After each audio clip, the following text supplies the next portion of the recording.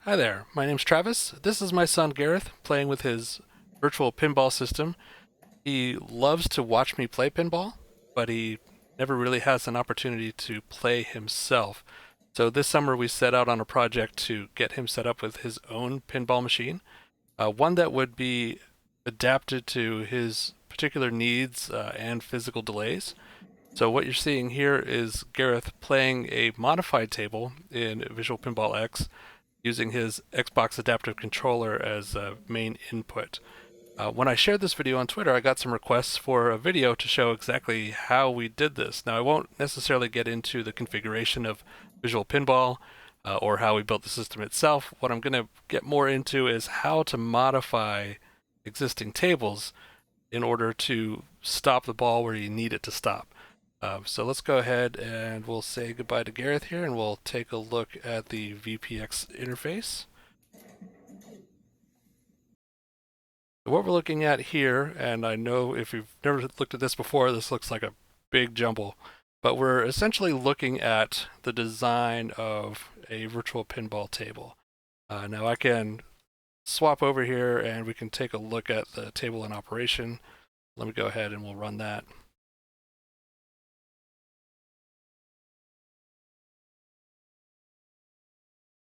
And we'll see this is the graphic representation of the table. Now this is fully functional within Visual Pinball X. I can hit 5 to insert a coin. You'll hear that sound. I can hit 1 to start the game. And you'll see everything sort of starts up. And we have access to our controls, our flippers, and we also have our plunger. Now these are going to be sort of our key elements because what we want is to stop that ball before it drains right down the middle, right here. Because this is where most of the ball action is going to be. Now, there's also the out lanes here on the left and on the right where the ball can drain. My personal philosophy is, well, that's just pinball. Everybody is subject to death by outlane. So I don't really see a need to block those, but we can do that anyway with the same method we're about to show for blocking the ball here at the center lane.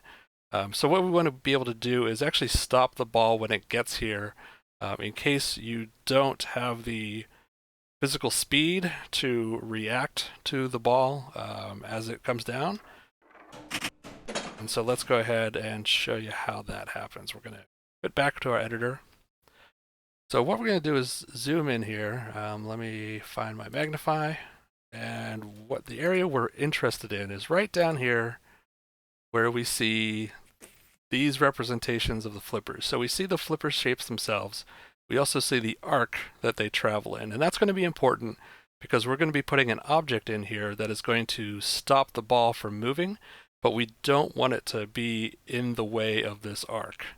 If we get it in the path of this arc, then our object is going to stop the flippers as well, and that won't be good. So what we're actually going to do in this case is we're going to put in a pinball rubber like we would have around bumpers or like we have here. Can't really see, but you can see the outline of a rubber here. So what we're going to do is grab this object and we're going to bring this to the table and click to drop it on the table. Now this shape doesn't do as much good, it's just a big circle, and you can already see it's going through that path of the flipper there. So let's magnify in a little bit so we can see nice up close, and we are going to modify the shape of this. Now, depending on your need, you can modify it in a number of ways. For Gareth in particular, sometimes he holds down the button for a long time, so that means his flipper is raised up for a long period of time. Because of that, I don't want the ball to be able to drain out while he's holding the flipper up. So we're actually going to use almost like a teardrop shape in order to keep the ball from having any chance of going down underneath the flipper. So let's go ahead and we're going to bring this up. And I bring it up about here and center it as best I can between the flippers. And then we start dragging these handles in order to shape it inside that arc. So we're just going to do this with all these points. And it's not an exact science. You can shape it however you like to, but I like to try to keep it pretty well centered. So what you can see here is the distance now between the edge of this rubber and the arc of this flipper. Not only is it not interfering with the arc along either side, but this space in between the edge of the rubber and the edge of the flipper is not big enough for the ball to go through, which is important because if it were, then it's possible that the ball could come up over the flipper, come down here, and if this flipper were being held up, it would just go underneath it. And in Gareth's case, we don't necessarily want that to happen. If you don't have issues there, like if you're able to easily release a switch and you don't need to have that extra protection, you just need to be able to stop it, you can like take these and just sort of flatten this out. You can come all the way down here and just make... All right, that looks a little ridiculous here. Let me get this brought around, and we'll grab that and bring that down there. And so you can shape this as you need.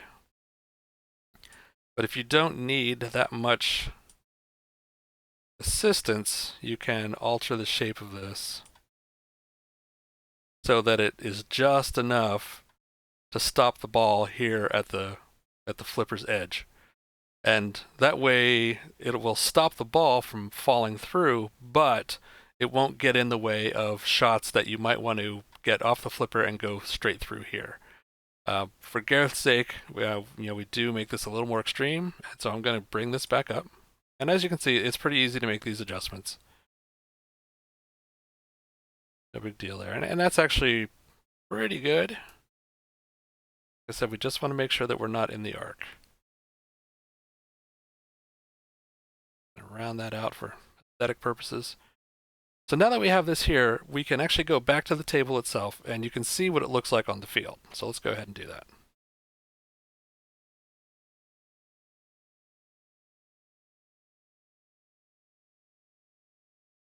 All right, so now you see this nice little pinkish purplish rubber that's right in the middle of the field. So let's go ahead and get a game started here. And if you know the Blackout game, you'll realize that some of the sound effects are missing. That happens on occasion with this virtual pin table, but for the sake of this demonstration, this is actually kind of nice. So let's go ahead and we'll launch the ball, and we're just going to let it go right down the middle here. All right, so here's where we have it stopped. So you can see that it's just going to rest there against that rubber. And so the player has all the time in the world to go ahead and get around to hitting the switch that they have set up associated with that particular flipper. Now this does impact the shape of this rubber right here, does impact, like I said, where you can shoot. For example, on Outlook here, or not Outlook, I'm sorry, on Blackout. I spend too much time in email. On Blackout, if you take a look, we've got this Blackout kick-out hole here. It is almost impossible now for me to make this shot off of this flipper. On the typical Blackout physical table, you basically just wing it right off the end of this flipper and go right into Blackout. Because I've got this blocking that path, chances are good I'm not going to get Blackout. Now I can alter the shape of this rubber as I see fit in order to either make that possible, or in some cases I can actually make that almost guaranteed. Like I can change the shape of this rubber here in the middle such that as the ball rests against it, it is perfectly lined up to then launch into here. And I actually did that for a while with Gareth, but it was low enough that the ball was able to escape out underneath the flipper in some cases. So I went ahead and brought it back to this shape. So what's going to happen is, as you're designing this, you might want to try some different shape variations and just see where the ball's going to go. Because you might find that it doesn't go anywhere exciting, and that doesn't make for a very fun game. So you definitely want to play with this a little bit and adjust it as you see fit, and for your style of play or for what you want to see happen in the game. All right, so now we have this here, and that's working great. It's doing exactly what we want, but we don't necessarily want it to be this visible, or at least I don't. Aesthetically speaking, it would be better if there weren't this thing just sort of sticking out in the middle of the table. So let's go ahead back to the editor. And we can actually set this as a property. When we select this, you'll see over on the right-hand side here, we've got all these properties for this rubber. And so one of these is whether or not it's visible and whether or not there's a reflection enabled. So we want to uncheck those. And once we do, we'll go back to the table.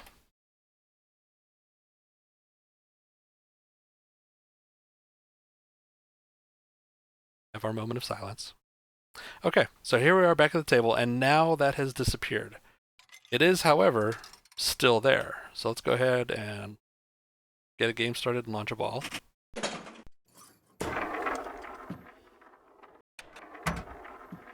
Now, as this comes down, there it is. It's now hit the same exact rubber. It's the exact same shape we had before. We just can't see it. But it is in what's called a collidable state. So the ball, when it touches it, will stop. And so this is the basis for what we did for Gareth.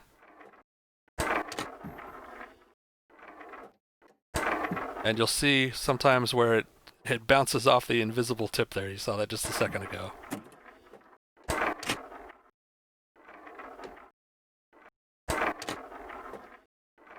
And there it just bounced over. Okay, so that's all working great. Let's go back to the editor. And honestly, there's just like really 2 more steps here. So one of the things that we want to do is actually have it so that if you decide you want to be able to drain the ball, you have that option. This is especially handy on any tables that have multi-ball in them, especially if it captures the balls and then releases any unplayed balls at the end of the game. What would happen is those balls would be released and they would come down here and they would hit this invisible rubber, and then they could not drain out the bottom of the table. Then the table would not register that the balls were available, and you wouldn't be able to end the game or start a new one.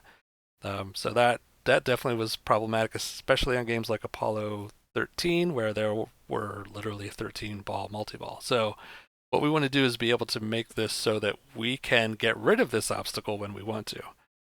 So the way we're going to do that is we're actually going to name this, and I just do this for my own sanity and for consistency. So I always call this the no drain rubber. And what we're going to do is we're going to take a look at the script here for this table. And what I like to do is I like to look for the plunger. So let's take a look for plunger. And you'll see right here in this plunger code, we've got key down and we've got key up. So this section here is what's happening when you press the plunger key down. For our purposes, what we want to happen is when somebody presses the plunger key down, that is, they're pulling back the plunger, we are going to make it so that the rubber is no longer collidable, so anything can pass through it. The idea being that you're not really using the plunger key during actual play. And the reason we can't just use the flippers to clear any balls that are stuck is because when there's a game over state, the flippers stop moving and you can't use them anymore. The plunger, however, stays active all the time. So what we can do is just tack right onto the end of this here. We're just going to put semicolon, colon. I'm going to do no drain dot collidable equals, and for key down, we want collidable to be false. All right, so what we're saying is when somebody presses this key down, change the collidable state of the no drain rubber to equal false. In other words, to essentially disappear. We do want it to come back, however. So on this one, for key up, saying when somebody releases the key, set no drain collidable equal to true. Now the nice thing about doing this on plunger key down and key up is that from what I've seen, every single table has this in its script somewhere, this plunger code. So it's pretty reliable in terms of being able to do this in a repeatable fashion. All right, so we're going to go ahead and we'll close our script here, and we're going to go back to our table and hope that I got my colons and semicolons correct. If not, at least I know where to look for errors. All right, so here we're back to the table. Coin up, credit. And we're going to launch. Okay, so you can see that our invisible rubber is there. So now take a look down in this area here. This is our plunger. And as I press the plunger key, our rubber should become non-collidable. And there it goes. So now our ball is released. Let's do that one more time. All right, so our ball is waiting there for us. We hold down the plunger key. Ball releases. Now, the plunger key is a different item altogether, or not the plunger key, but the plunger itself. This isn't necessarily related to the rubber we have in here to halt the drain, but one thing about the plunger, especially in Gareth's case, he sometimes can hold down on a switch, and sometimes it's a very momentary thing as he's moving by it. So what we want to do is make it so that the plunger launches the ball every single time, no matter how long he holds down. Because normally with Visual Pinball and with other pinball emulators, you have to hold down for analog plungers for as long as you want the plunger to be pulled back, and then you release in order to get different strengths of plunge. So in this case, because we're dealing a lot of times with momentary switches, what I like to do is I like to change it so that even a brief momentary hit is going to do a full plunge. Now, if you are able to use some of the smaller switches that are analog switches that go with like the Xbox adaptive controller, especially some of the ones that come in the Logitech switch kit, there are analog ones in there that you could use to essentially map to the analog function of that plunger so you could get degrees of pull. But like I said, for Gareth's case, what I like to do is just make that a momentary 100% pull. So what I'm going to do is find the plunger, click over here in the plunger area. You'll see that this now becomes plunger. And what we're looking for here are the state and physics. So we're going to change this pull speed, and I just set this to 100. And that works out pretty well. So let's go back to the table and we'll show you how that works. So what we'll see is as soon as I hit that enter key, we are going to see that plunger pull right back. All right, so let's go ahead and credit up. Got our game started. All right, now I'm going to just very quickly tap the enter key. And that's it. So it just shoots it right out. And then there's our invisible rubber. And now I'm going to hold down the enter key. Now, if I just tap the enter key, watch what happens. It should become non-collidable for a second, but it'll go right back to collidable again. All right, see that? You want to watch just this little bit of ball move. Now I can hold it down, and I think I can actually trap it here. There we go. See that? So that's the rubber becoming collidable again and pushing the ball out of the way.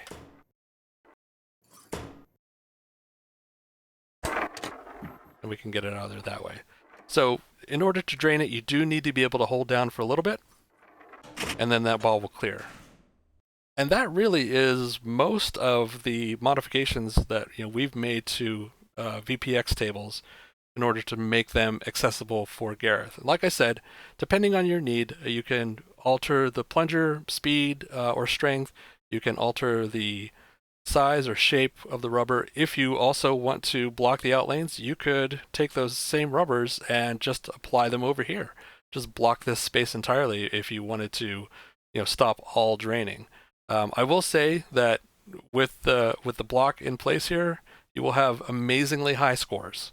Multi-ball will last forever. So it is nice to have the ability to remove that stop by holding down the plunger. That way, if you get tired of playing for too long on one ball, you can let it go. And Gareth does that sometimes frequently. If he's decided that he's done playing a table, he will hold down the plunger so his ball drains successively to let me know that he is done with that table and wants to move on to something else. But those are the basics. I hope that was helpful. If there's a desire to see anything more about what we've done or modified or how we've set up this system, please feel free to leave a comment. I'm not going to say like and subscribe because like this is the worst channel in the world because it's just like cats and kids and things.